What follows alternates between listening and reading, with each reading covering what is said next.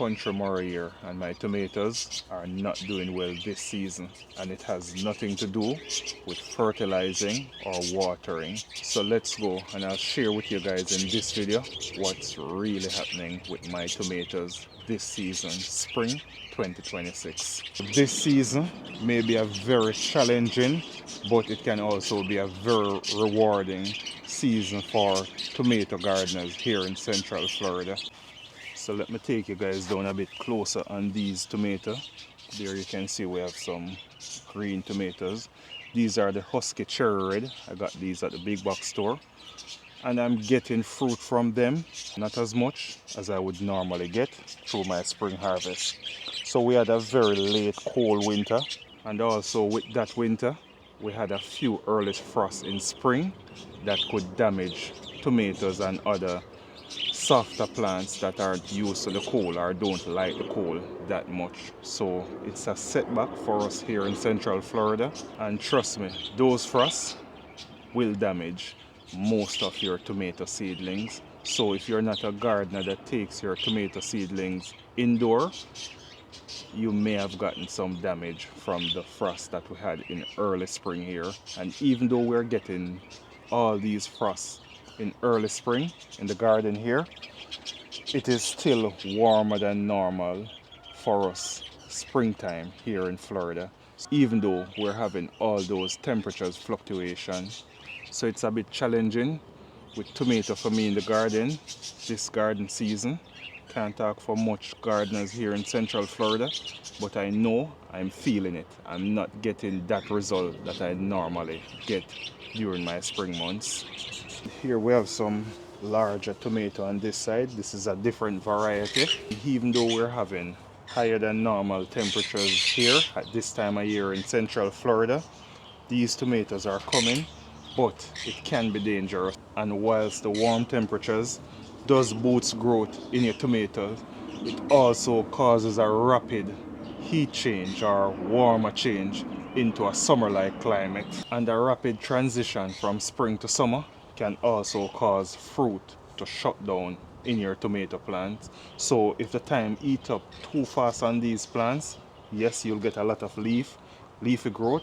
The plant will be growing still, but the fruit production will decrease. So that's what's happening to me right now. With this change of weather, the fruit production is really down, and then these tomatoes, they were planted so late because of those cold spell that we were having in the latter part of the winter and earlier part of our spring here in Florida. And it does really warm up fast in Florida, so we don't have that luxury as what other gardeners may have. We warm up very fast and we get cold very fast. So if it's not the button for us here, it's the buttonhole.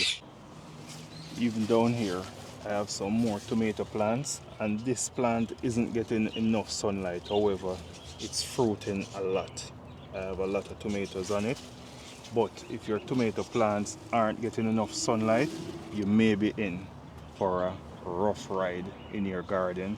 I'm getting tomatoes, but the standard or the amount of tomatoes that I normally get from these plants, I'm way below what I normally get.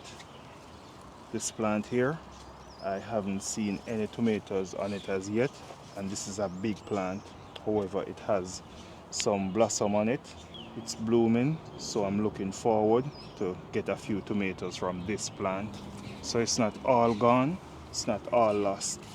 Down here we have some larger tomatoes on this plant. This plant is not doing bad, but it is not consistent with all the tomato plants in my yard. This is another tomato plant right here we have blooming, and almost every season I get a volunteer tomato in this bed. They don't normally do well, but this one is blooming a lot. Let's hope it gets pollinated and we can get a few tomatoes before the real heat steps in. See, we have some small tomatoes down here, so we may be getting something from this plant this season. More tomatoes here, and these are the Husky Cherry Red again. I think it's from Home Depot or Lowe's, don't remember where, but I got these from the big box store. So I'm still getting tomatoes, guys, and a lot of people would be happy about this. I'm happy about it. However, it's just not what I normally get from my tomato plants. Down here, we have more tomatoes here and up here. So the production, it's in, but it's not of the highest standard. And I believe this is because of those cold spell that we had, and we had was to plant later in our season. With saying all of that, a rapid transition from spring to summer can shut down the fruiting production in your tomatoes. According to the Old Farmer's Almanac, April 2026 is predicted to be drier, even drier than last April.